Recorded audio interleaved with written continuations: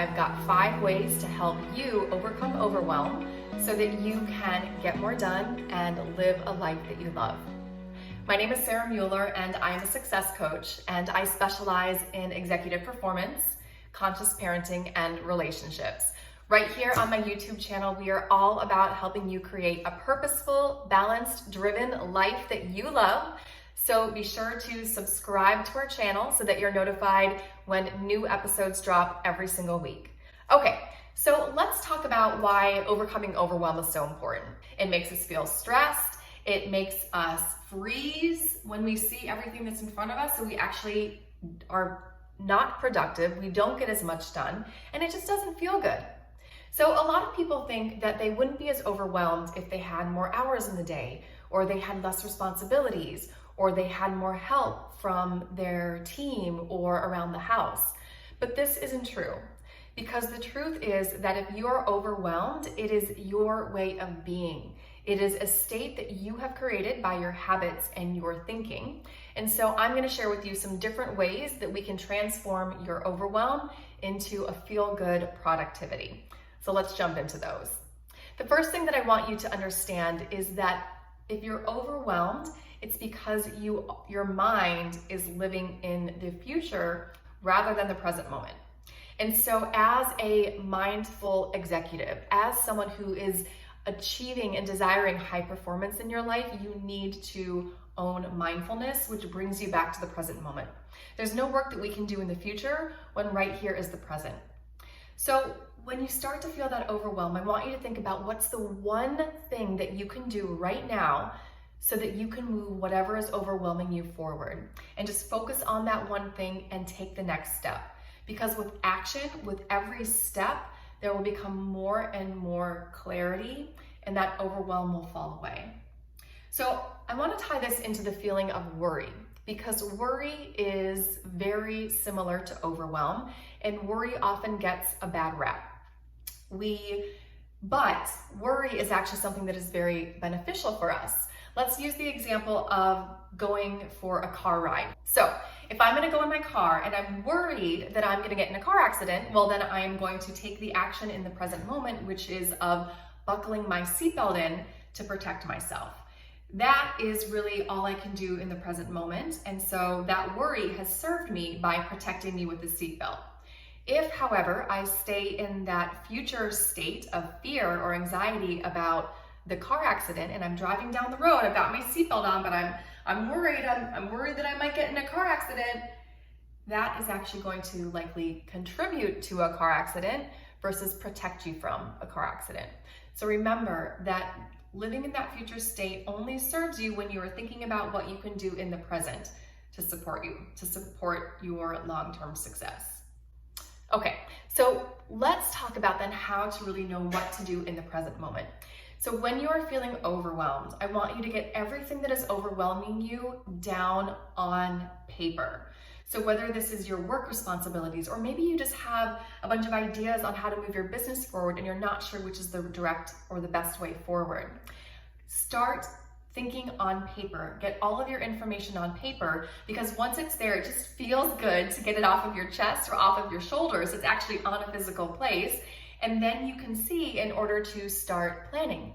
You can see what is important and urgent, and then please schedule 60 to 90 minute blocks of time in your week for those important and urgent tasks so that they get done to move your success forward.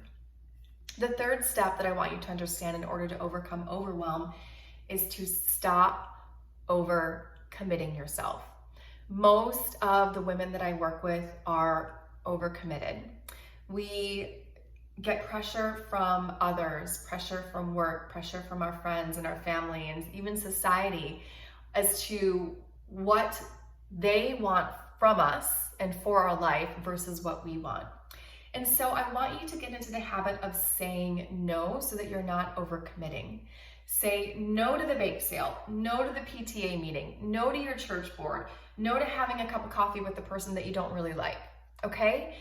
Let's instead be spending your time and your energy on what will really move your goals forward and or what will bring you joy. All those other things don't matter, and the more that you can stop doing them and committing to them, the less overwhelmed you'll be.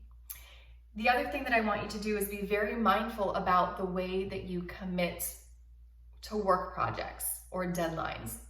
For example, let's say you had a client or a potential client meeting and you are going to get them a proposal for your work.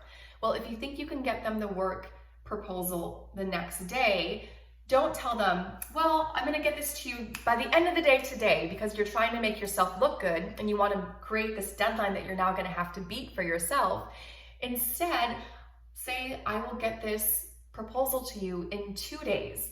That way you've got a little bit of a buffer room, right? Because what we wanna do is we wanna under-promise and over-deliver. So many of my clients are setting up their own stressors, their own overwhelm, by over-promising on deadlines that often don't even matter. So think about what the deadline is that truly does matter. Think about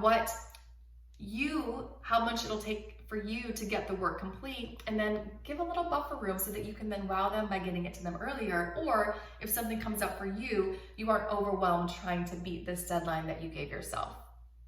Okay, moving on to number 4, and that is to stop multitasking. We think that we're getting more done when we're working on 6 different things for work, for home, for play, for fun.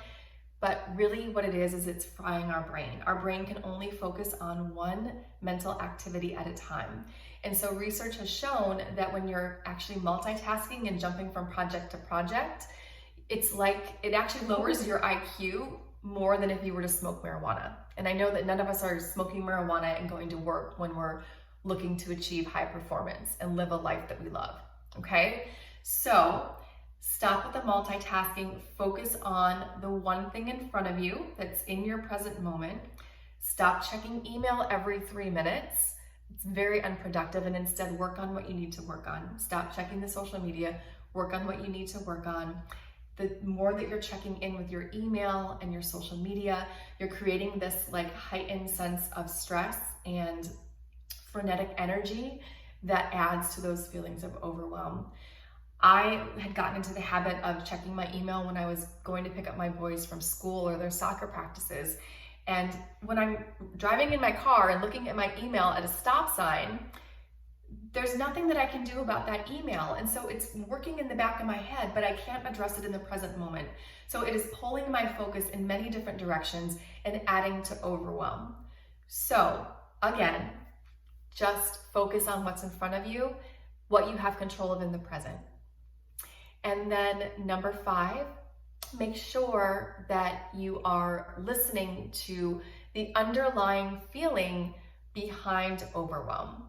So hopefully you understand that all of the feelings or emotions that we get personally are messengers from, our insides, from a higher power, or just a message from our own life as to something that we need to hear or to learn about. And so I want you to think about what's behind the overwhelm. Is it fear? Is it stress, as in you haven't had enough self-care recently? Is it loneliness or guilt or shame?